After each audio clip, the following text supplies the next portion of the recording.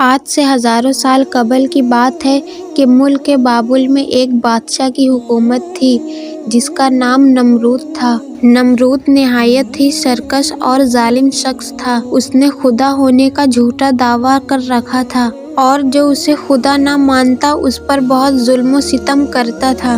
نمرود خود بت پرست تھا اور اپنی سلطنت میں بھی بت پرستی اشاعت کیا کرتا تھا۔ نمرود کا محل مختلف قیمتی پتھروں کے بنائے ہوئے بتوں سے بھری ہوئی تھی۔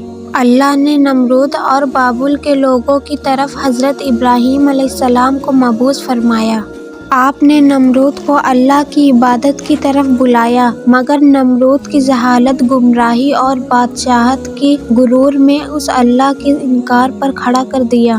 جب ابراہیم علیہ السلام نے کہا، میرا اللہ تو وہ ہے جو زندہ کرتا ہے اور مارتا ہے، تو نمرود نے جواب دیا، میں بھی زندہ کرتا ہوں اور مارتا ہوں۔ ابراہیم علیہ السلام نے کہا، میرا رب مشرق سے سورج نکالتا ہے، اگر تو خدا ہے تو مغرب سے سورج نکال کر دکھا۔ یہ سن کر نمرود لاجواب ہو گیا۔ نمرود نے غصے سے حکم دیا کہ ابراہیم کو بطور سزا آگ میں ڈال دیا جائے۔ لہٰذا بابل کے لوگوں نے ایک خاص مقام پر لکڑیاں جمع کرنا شروع کر دیا۔ جب لکڑیاں جمع ہو گئی تو نمرود کے حکم سے ان کے کارکنوں نے ان لکڑیوں میں آگ لگا دی، جس کی حرارت اتنی زیادہ تھی کہ کوئی اس کے قریب نہ جا پاتا۔ جب ابراہیم علیہ السلام کو اس جلتی ہوئی آگ میں پھینکا گیا تو اللہ کے حکم سے وہ آگ ٹھنڈا ہو گیا۔ جب نمرود کو یقین ہوا کہ آگ ابراہیم علیہ السلام کا کچھ بھی نہیں بگاڑ سکتی تو اس نے آپ کو آزاد کر دیا۔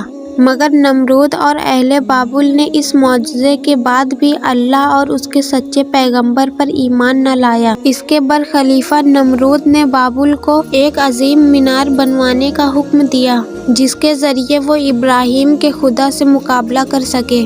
اس نے مزدوروں کو یوں حکم دیا کہ اس مینار کو اتنی بلندی تک تعمیر کیا جائے کہ بادلوں تک پہنچ جائے، تاکہ وہ آسمان کے خدا سے جنگ کر کے اس کی سلطنت کو بھی فتح کر لے۔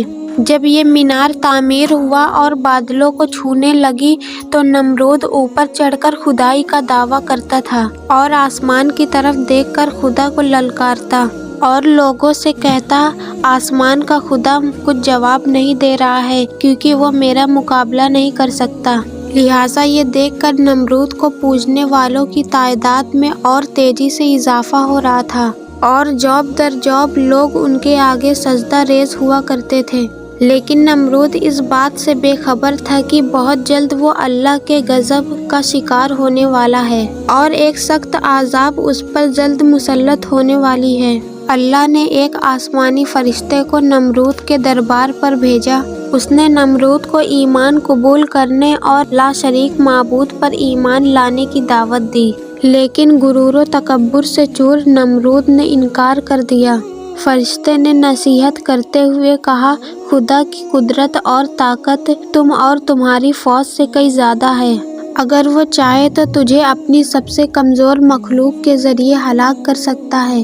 لہٰذا نمرود نے خدا سے مقابلہ کرنے کا تقاضا کیا۔ فرشتے نے نمرود کو 3 دن کی مہلت دی جس میں اس نے اپنی تمام لشکر کو جمع کر لیا اور اپنی پوری طاقت و قوت کے ساتھ جنگ کے لیے تیار ہو گیا۔ تیسرے دن کی صبح اللہ نے مچھروں کا ایک بڑا لشکر بھیجا جو تعداد میں اتنے زیادہ تھے کہ سورج کی روشنی نظر نہیں آتی تھی۔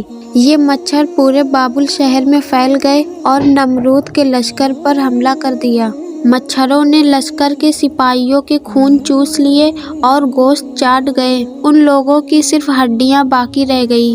ایک مچھر نمرود کے ناک میں داخل ہو گیا اور ناک کے راستے دماغ میں گھس گئے اور مغز کھانے لگ گئے۔ درد کی شدت سے نمرود پاگل ہو گیا۔ اس نے اپنی تکلیف ختم کرنے کے لیے اپنے سپاہیوں کو سر پر ڈنڈا اور تھپڑ مارنے کے لیے کہا۔ جب یہ لوگ نمرود کے سر پر ڈنڈا مارتے تو مچھر کاٹنا چھوڑ دیتے اور جب ڈنڈا نہ پڑتا تو پھر کاٹنا شروع کر دیتا۔ حالت اتنی قہر ہو گئی، اب جو شخص بھی نمرود کے دربار پر آتا وہ اسے اپنے سر پر جوتے مارنے کو کہتا۔